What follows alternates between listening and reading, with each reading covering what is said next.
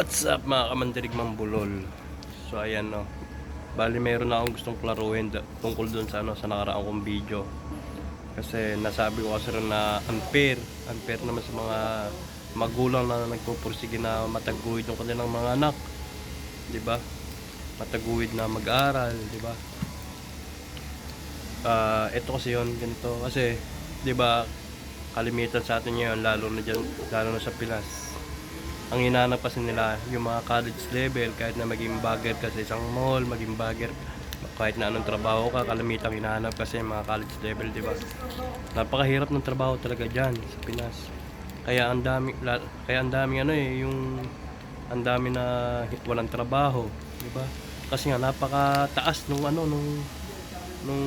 requirements nila eh. Kailangan college level para nga lang yung mga magulang na walang kakayanan na pag-aralin ng anak nila, di ba? Kaya kasi ang sinasabi ko lang ay ganito. Ang sinasabi ko lang is unfair naman. Unfair naman sa mga magulang na nagpupursige na mataguyod yung kanilang anak mapag-aral, di ba? Kasi ito example lang. Isang bagger ka sa mall.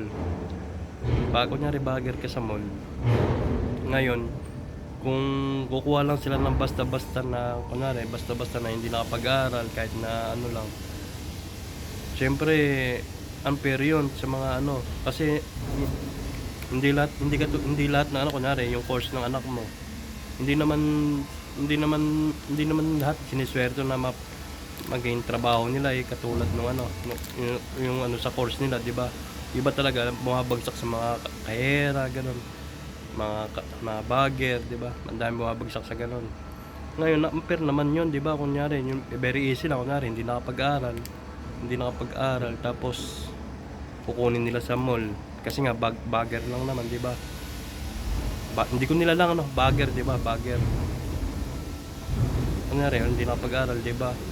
Kukunin nila dun sa mall. Siyempre, unfair naman din 'yon kasi yung mga magulang na nagpupursige na may taguyod yung mga anak nila.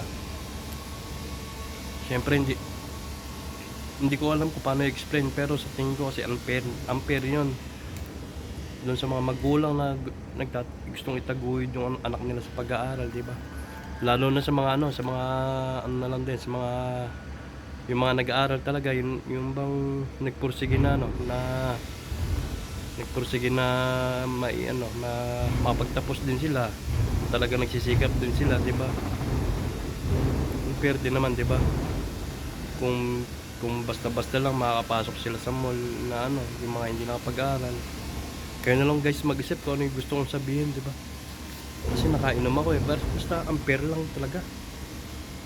Yun lang guys, bahala na mag-isip.